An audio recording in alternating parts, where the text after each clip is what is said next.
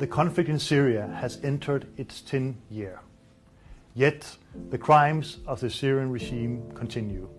Barrel bombs, chemical attacks, torture. The list of crimes goes on.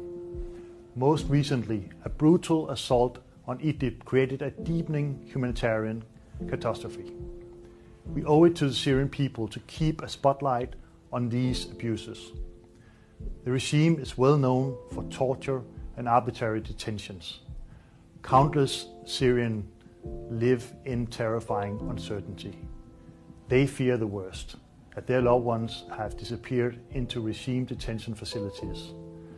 Numerous reports describe the worst types of torture.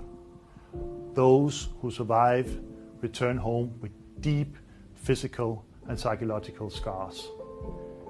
Their experiences haunt them for life. The consequences of torture also stretch far beyond individual suffering. It destroys families and communities. It undermines the very fabric of societies. The use of torture has to stop immediately. The regime should grant full access to all places of detention. The only road to a sustainable peace in Syria leads through a political process and reforms that safeguard against abuses.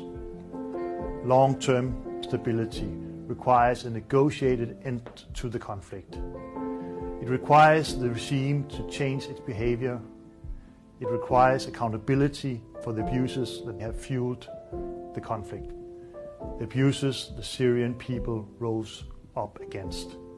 This must stop now. We owe it to the victims. We owe it to the Syrian people.